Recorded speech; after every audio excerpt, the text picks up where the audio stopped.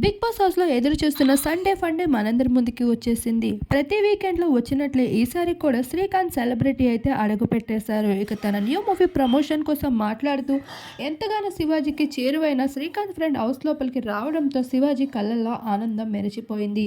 ఒరే నువ్వు చాణక్యుడివే కాదయ్యా, ఇప్పుడు ఇంకొకడివి కూడా తయారైపోయావు అంటూ హౌస్లో శివాజీకి ఫుల్గా పొగడ్తల వర్షం కురిపించేశాడు.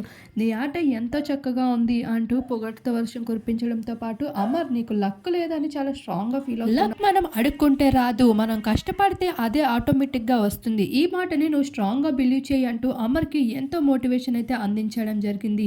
ఇక నాగార్జున వేసిన పంచులకి శివాజీ సైతం నవ్వుల వర్షం కురిపించేశాడు హౌస్లో. ఇక శోభ నువ్వు మొత్తం చుంచుబుడ్డివే అమ్మ అంటూ తన హైరింగ్ పవర్పై అయితే ఫుల్గా నవ్వుల వర్షం కురిపించేశారు. ఇలా వీకెండ్లో అయితే ఎంతో సరదాగా మాట్లాడుతూ ఫైనల్గా అయితే నో ఎలిమినేషన్ అని ఒక ట్విస్ట్ అయితే ఇచ్చడంతో హౌస్ మేట్స్ అందరూ ఫుల్ హ్యాపీగా ఉన్నప్పటికీ నెక్స్ట్ వీక్ డబుల్ ఎలిమినేషన్ ట్విస్ట్తో అయితే షాక్ కూడా ఇచ్చేశారు.